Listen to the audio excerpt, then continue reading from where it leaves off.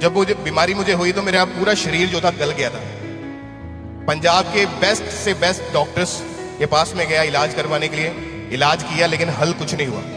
आप गूगल पे जाओ, सोराइसिस डिजीज को, बीमारी को सर्च करो, आज तक उसका ट्रीटमेंट बना है लेकिन वो क्योर नहीं हो पाई, कभी वो बीमारी खत्म नहीं हो पाई।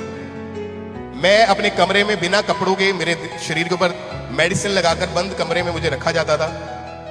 और जब मेरी बीमारी इतनी बढ़ गई, पंजाब के सभी डॉक्टर चेंज कर लिए। उस समय मसीह में भी नहीं थे हम, सभी जगह जहां बोलना लोगों ने चले जाना, सब कुछ करके देख लिया, कोई फर्क नहीं पड़ा। डॉक्टर ने लास्ट में मुझे ये बोला कि अगर डायरेक्ट हवा तेरे शरीर के ऊपर पड़ी या डायरेक्ट मिट्टी तेरे शरीर के ऊपर पड़ी, तेरी डेथ हो जाएगी। ये डॉक्टर ने मुझे बोला था।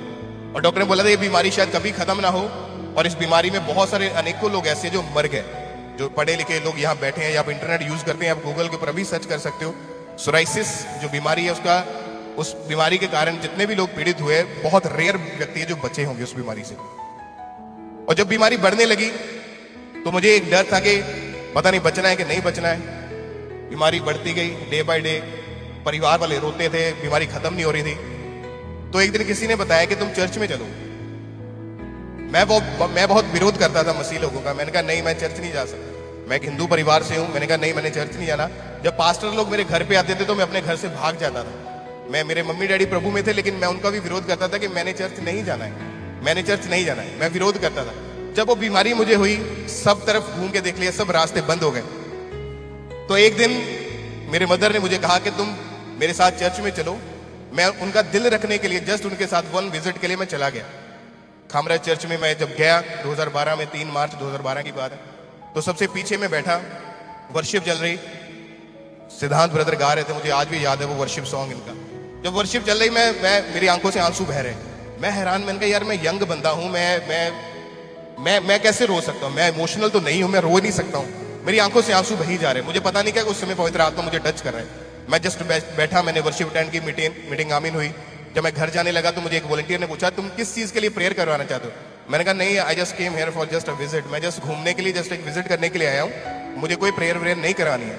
उन्होंने बोला नहीं, आप आए हो पहली बार तो हमें पूछना होता है जी, हमारी ड्यूटी है। मैंने वैसे लिखा दिया कि हाँ मुझे स्किन की डिजीज है, आप प्रेयर कर दो। उसके कुछ टाइम बाद मैं परमेश्वर के दास से मिला। उस समय मैं होटल मैनेजमेंट कर रहा था। मैं एक बहुत बड़े जलंधर का 4 स्टार होटल है, वहाँ पे एज ए शेफ मेरी ड्यूटी लगने वाली थी। 48,000 मेरी सैलरी थी उस समय। तो जब मुझे परमेश्वर के दास से मैं मिला, उन्होंने कहा कि तू क्या करता है। मैंने कहा मैं एक मैं शेफ हूँ, मैंने होटल मैनेजमेंट HM किया हुआ है, तो मैं शेफ लाइन में जाना चाहता हूँ। वो कहते हैं तेरी कॉलिंग लोगों को फूड सर्व करना नहीं है, तेरी कॉलिंग लोगों को गॉस्पल सर्व करना है।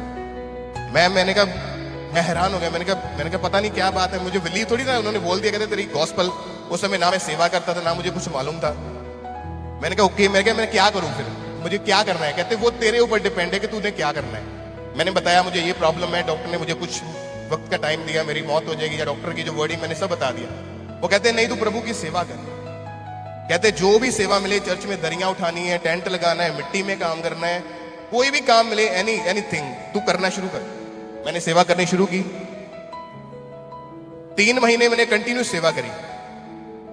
मैं भूल गया कि मुझे बीमारी भी है।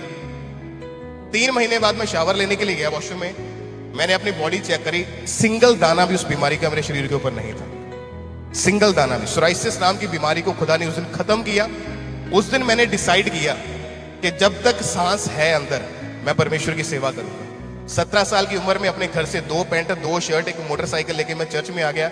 मैं 13 साल अपने घर में नहीं गया, क्योंकि मेरा घर सिर्फ 10 किलोमीटर दूर था चर्च से। मैंने कहा प्रभु नहीं, अगर मर जाता तो वैसे भी तो मरना ही था ना, खत्म ही था सारा कुछ। अब अगर तूने जीवन दिया है तो ये जीवन अब तेरी सेवा के लिए लगेगा, और कोई काम नहीं करूंगा, और कुछ नहीं करना है। तो परमेश्वर ने चुना। आज यंगस्टर लोग, जवान लोग, मैंने उनको पाप में देखा, गर्लफ्रेंड बॉयफ्रेंड के चक्करों में देखा है। शादी कब करनी है? 27 साल की उम्र में। गर्लफ्रेंड कब है? 20 साल की उम्र में। शैतान मूर्ख बनाता लोगों को। किसी को मोबाइल पकड़ा दो, स्क्रॉलिंग करते करते कब 3 घंटे इंस्टाग्राम पे बीत गए कुछ नहीं पता चलता।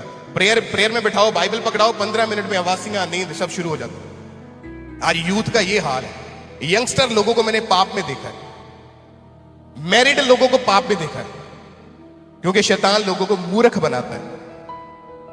परमेश्वर ने आदम को बनाया अपनी महिमा के लिए, नशे करने के लिए नहीं बनाया, पाप करने के लिए नहीं बनाया था।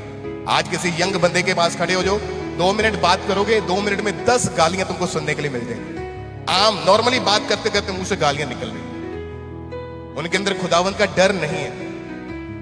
लेकिन अनुग्रह किसके ऊपर हुआ? जब दाऊद को पढ़ा तब अनुग्रह हुआ, जब उसने अपना ध्यान परमेश्वर की ओर लगाया। भेड़ बकरियां चराने वाला व्यक्ति एक राजा बन सकता है, अपने परिवार, अपने कुल, अपने नगर में सबसे छोटा कंगाल लड़का एक शूरवीर बन सकता है। तो परमेश्वर कहता है मेरी बुलाहट हर एक व्यक्ति के लिए, पर उस व्यक्ति को मेरी आवाज सुननी पड़ेगी। हालेलुया। कौन कौन है जो रोज प्रार्थना करता है? अपनी प्रार्थना के समय को बढ़ा दो। एक हमारे पास कौन सा कोई हल है? सिर्फ एक ही तो हल है, प्रार्थना। कोई ऐसा तो नहीं चलो वो टोटका कर दो, वो टोना कर दो, अच्छा ये नहीं, ऐसे नहीं हल हुआ उपाय, चलो वो कर दो। सब चीजों का हल प्रेयर है, प्रार्थना नहीं है। लोग अपने डिसीजन गलत लेना शुरू कर देते। मैं ब्रदर से मिला जिन्होंने इनवाइट किया आज, तो ये बता रहे थे एक टाइम था इसी रिजॉर्ट में शायद एज ए वेटर काम करते थे। आज खुदावन ने इतनी बड़ी आशीष दी है, खुदावन ने बढ़ाया। किस काम के लिए? अपनी महिमा के लिए। जब हम छोटी छोटी चीजों को, अपने काम को परमेश्वर की महिमा के लिए इस्तेमाल करना शुरू करते हैं तो एक ग्रेस आती है। वो ग्रेस हमें दूसरे लोगों से अलग कर देती है। वो ग्रेस तब आती है जब हमारा संबंध परमेश्वर के साथ पक्की तरीके से जुड़ जाता है। तो आज से जब भी प्रेयर करो, खुदावन से ये मांगो कि परमेश्वर हम वफादारी के साथ, ईमानदारी के साथ, अधीनगी के साथ आपके साथ जुड़े रहे। जब एक टानी जो होती है, जो डाली होती है, जब एक काट दी जाती है, कुछ घंटों के, कुछ दिनों के बाद वो सूख जाती है। वो चाहे कितने भी अच्छे फल क्यों नहीं उगाती होगी उस समय, कितने अच्छे फूल क्यों नहीं लगते उसके ऊपर, अगर वो डाली पेड़ के साथ बनी है तो वो फलवंत है, उसको कोई नहीं तोड़ सकता, कोई मुरझा नहीं सकता। लेकिन जैसे ही वो टूट गई तो वो खत्म है। आज चर्चेस का विरोध होता है, लोग चर्च का विरोध करते हैं। कभी भी कोई भी चर्च कभी नहीं गिरी विरोध के कारण, हमेशा पाप के कारण गिरी होगी। अगर आपका किसी ने विरोध किया है तो आप गिरोगे नहीं, लेकिन जब आप इंटरनली पाप कर लोगे तो आप गिर जाओगे। दाऊद देश का राजा 66 लड़ाइयां लड़ा, वो कभी हारा नहीं। लेकिन जैसे ही उसने पाप किया, मरते दम तक वो तलवार उसके परिवार से कभी हटी नहीं। हालेलुया।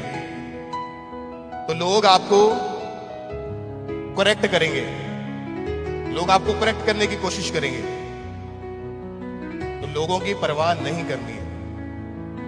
लोग बहुत कुछ कहेंगे। कितने जन समझ रहे हैं बात?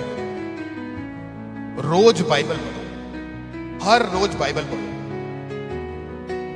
लोगों को लगता है कि नशा जो है, नशा एक आदत है, डिप्रेशन एक आदत है। अगर डिप्रेशन या नशा एक आदत होती तो एक बाप अपने बेटे के 2 चमाट लगाता, बेटा नशा छोड़ देता डर के मारे कि मैंने आदत गंदी पकड़ ली है। बट जब हम मसीह में आते हैं तब हमें समझ आती है कि नशा जो है वो कोई आदत नहीं, वो एक स्पिरिट है। प्रेयर हुई, स्पिरिट बाहर गई, अगले सेकंड नशा करने को मन नहीं करेगा। लोग कहते हैं डिप्रेशन है, डिप्रेशन है, रोज गोलियां खा खा के थक गया, गोलियां खा खा के थक गया। डिप्रेशन गया नहीं, बाइबल पढ़ना शुरू की, डिप्रेशन गायब हो। यही हमारी जिंदगी का सब कुछ है। हर एक प्रॉब्लम का हल इस बाइबल में लिखा हुआ। परमेश्वर कहता उस पे अनुग्रह होगा जो मेरे साथ जुड़ा रहेगा। परिस्थितियां आ सकती हैं, प्रॉब्लम्स आ सकती हैं, लोग छोड़ सकते हैं, रिश्तेदार छोड़ सकते हैं, सब कुछ बंद हो सकता है।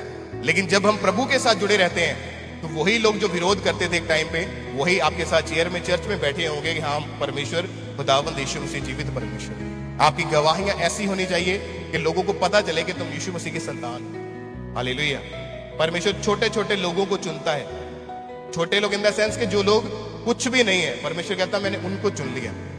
जो लोग लोगों की तरफ से उनको मूर्ख कहा जाता था, परमेश्वर कहता मैंने मूर्खों को चुन लिया, जगत के जो अपने आप को बुद्धिमान समझते उनको लज्जित करने के लिए। हालेलुया। तो आज से परमेश्वर से प्रेयर करो कि खुदावंद हमारा रिश्ता आपके साथ और मजबूत होता जाए। जितने यंग भाई बहन यहाँ पे बैठे हैं, अपनी लाइफ को चेक करो, अपनी लाइफ को चेक करो। जितने गलत कॉन्टेक्ट्स हैं उनको डिलीट कर दो, जितने पाप के भंडार हैं उनको बंद कर दो। इंसान को कोई चीज गिराती नहीं है, सिर्फ पाप उसको गिराता है। ये वचन कड़वा लग सकता है क्योंकि ऐसी मीटिंग में हम सोचते हैं कि शायद खुशियां खुशियां की बात होगी, लेकिन ये खुशी जो आपको वर्ड देगा, जो वचन देगा, से दूर रहना, बुराई से, धोखाधड़ी से दूर रहना। हालेलुया। अगर 2 घंटे 3 घंटे व्यक्ति मोबाइल चला सकता है, रील्स देख सकता है, टीवी देख सकता है, नेटफ्लिक्स देख सकता है, वो 2 घंटे प्रेयर भी कर सकता है। प्रार्थना आपकी लाइफ की हर एक प्रॉब्लम को दूर कर सकती है, हर एक सिचुएशन को चेंज कर सकती है। परमेश्वर के दास, हमारे आत्मिक पिता, एक बार उनके लिए जोर से तालियां बजाओ कि खुदावन ने अपने दास को इस्तेमाल किया और बड़ी रीति के साथ इस्तेमाल किया, बड़ी रीति के साथ। उनके द्वारा लाखों यूथ चेंज हुआ, लाखों लोगों ने परमेश्वर के वचन को ग्रहण किया, लाखों लोगों ने परमेश्वर के उद्धार को ग्रहण किया। तो आज यहां पे इकट्ठे होने का मकसद हो सकता है कि जस्ट अ केक सेरेमनी, लेकिन परमेश्वर का वर्ड जो है एक्चुअल में जो मिठास लेके आएगा वो परमेश्वर का वर्ड लेके आएगा। मैं आपको परमेश्वर के वचन में से कुछ चीज बताना चाहता हूं।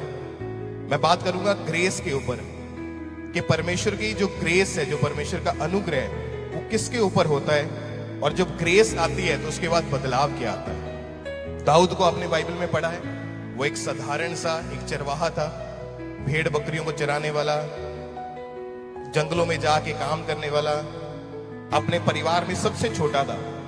कोई उसको खास कोई पसंद नहीं करता था, उससे खास कोई बातचीत नहीं करता था, लेकिन वो क्या करता था, वो भेड़ें चराता था, अपने पिता की बात को मान के वो सब काम करता जाता था।